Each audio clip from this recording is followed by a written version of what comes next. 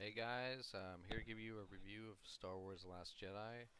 I just saw this yesterday, so I'm trying to get this. I've been digesting and thinking about it.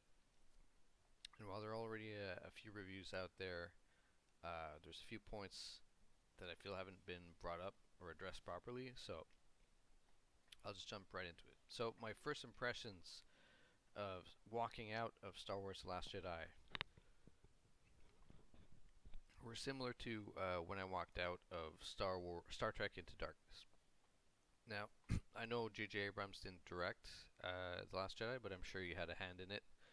And my feeling when I walked out of Star Trek Into Darkness, because I really liked the reboot, the original reboot of the Star Trek franchise. But when I walked out of this, I just felt like it was uh, a bunch of layered plot twists that when you watch it, it's kind of maybe fun and or confusing during the movie. But if you rewatch the movie, half the movie doesn't make sense because you know that, oh well, they're doing this, but for this other reason, and therefore uh, it's kind of a mess when you start thinking about it and all the plot holes and things like that. Uh, Same thing for Star Wars Last Jedi. I felt there were so many plot twists and so many useless filler that they're doing so many side missions that end up for nothing. Therefore, it kind of feels empty walking out of this. Now, the point I want to focus on is more of Luke Skywalker. Now, I know, as people have been saying online, the main problem with Luke Skywalker is the character inconsistency.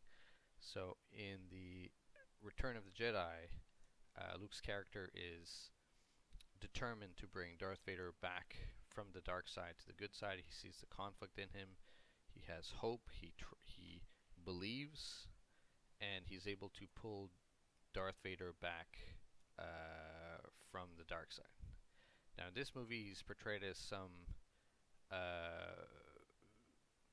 some impulsive master that as soon as he sees some darkness in his own student, he tries to strike him down while he's sleeping.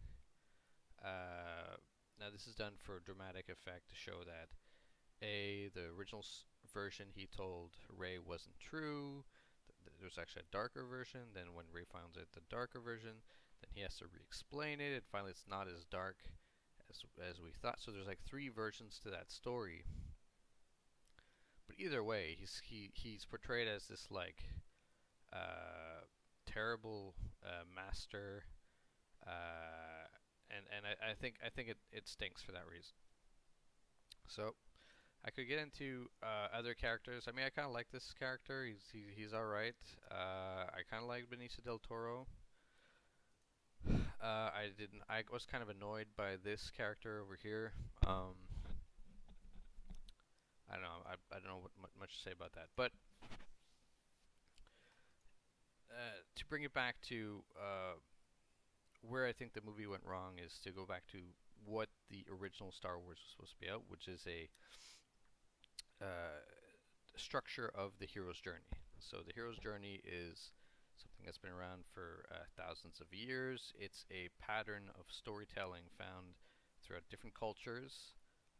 That's been heavily adapted in Hollywood with more or less success. But the original Star Wars trilogy was really based off this call to adventure, refusal of the call, meeting of the mentor, and I feel like the meeting of the mentor is really the step where this movie really does not meet the structure. And to give some examples of that, in the Matrix, to follow it kind of simply, is we have the story of Neo. He's in the real world. He gets contacted by Morpheus. He meets Morpheus. Morpheus invites him to find out the truth. At first he refuses. He's a bit scared, but he ends up going with Morpheus anyways and finding out the truth. Now, when people think of Morpheus, they see a wise man who is trying to teach Neo about the Matrix. He is taking him as a student. He's fully respected as a master. No one's doubting him as a teacher. And he's teaching skills. He's teaching kung fu to Neo. He's teaching him philosophy. He's teaching him about the structures of the system. And I think he fully fulfills this role as a good mentor. In the original Star Wars, we had Obi-Wan Kenobi, who also seemed very wise. He was able to teach Luke about the Force, and he gives him a weapon. That's also something that happens a lot in the hero's journey. Is the mentor gives some kind of weapon to his student that the student can then use later on in the story. Now, Luke. The problem with Luke is he's a weathered old man. He's jaded. He's tired of everything, and that's not necessarily a bad thing. I mean, one of my favorite movies is 1993's Cool Runnings, in which this bobsled team is trying to come together for the Jamaican national team to go to the Olympics, and they go get this rugged old bobsled coach who happens to be on the island, and this man is also kind of like this jaded alcoholic figure who doesn't want anything to do with sport anymore. But they're able to convince him, and once they convince him, he totally takes the role of the mentor. He's wise, he's serious, he's teaching them things, teaching them techniques, but also he's teaching them philosophy about life, and he's basically looked up to as and respected as a mentor. This does not happen with Luke. He kind of says, I'm going to teach you 3 things. He doesn't really teach or give any challenges. He just explains what the Force is.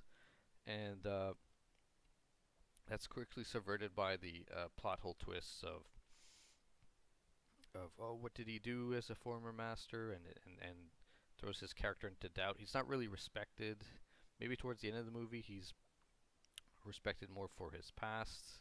He's respected for being a Jedi, but he's not respected as a master per se. And then therefore, when we see him, spoilers, I guess, when he dies at the end of the movie, there's no real attachment with Rey. Rey kind of says, "Oh yeah, Luke died," but it's not really her master. We don't. At least I didn't feel it that way. So yeah, I'm generally at this stage. You know, I don't think it's I don't think it's a terrible movie.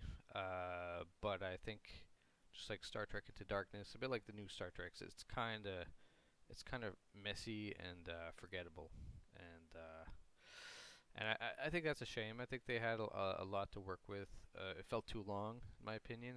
One of those movies that has like 4 or 5 endings, and each time you're like, oh, I guess this is it. Oh no, they're going to a new planet. Oh no, it's a new Jedi battle. So it definitely felt longer than it needed to be. Um, and yeah, I kind of feel they just took some of the elements of the Empire Strikes Back and reversed them. They had the temptation scene, instead of being at the end of the movie, they had it in the middle, and they had the uh, snow planet battle, instead of it being at the beginning, they have that at the end. So that's my thoughts on this movie. I'd recommend you go see it anyway, since people are talking about it, but I don't think it lives up to the originals.